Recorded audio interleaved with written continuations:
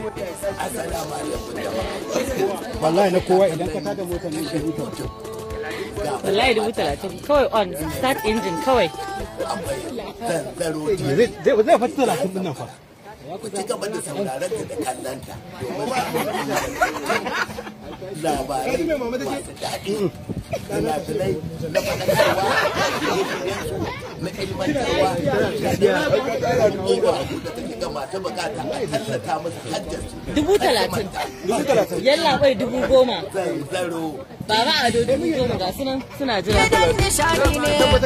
masu san barbanci gidan da sai kun samu zanzaro TV. Yawwa, assalamu alaikum al'ummar Najeriya, kalamu wahid idan rana ta fito tafin hannu bayan kare ta. Yawwa, ga zanzaro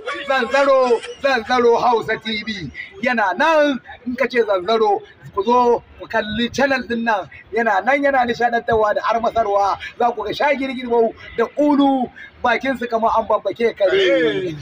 Abiyo ma sha kallon lafiya a zanzaro TV abiyo mu a sha kallo lafiya.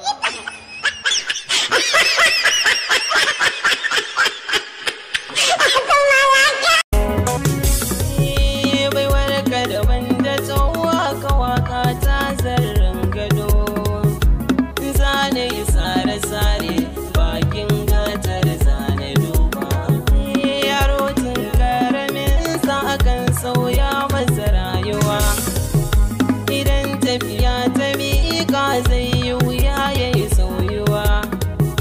idan kwa kishi kake ji to maza je ka bi doruwa mafarki na duba shin ko zan haura gaba ina tafiya a sannu waɗansu su ne mini ɗan hali sun haɗa kanuwansu da burin rusan tattali ku duba sun yi taro wai sai na kai jangale su manta da amana akai ni ko na zauna ni ba na zage-zagen kushe waɗansa a rayuwa domin kuwa na sani akadin bai jawo karuwa na yarda da yi na Allah kullum shi ke faruwa na sanya zuciyata aminci da nagarta ka duba don uwa na zane zancen duniya da sanna kan fita wata rana sai a wuce wuya waɗansu da sun kayo can baya a yau sun tafiya idan mun tuna wannan ma gyara kalar garin nan hakikar ka zauna kai ka gane dan uwa idan ka zamo sadauki to ka zarce damuwa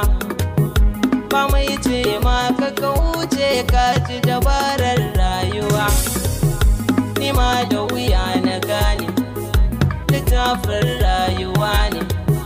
zakin baki ta kwaikwaiwa sai muni yar baka surutu na ta shi ke sabo shi ya yi harzika harshe ke sa a yanka wuya karshe a yi hallaka rashin samar linzani akan yi rashin mukami baran fata mata yaro ya ga suna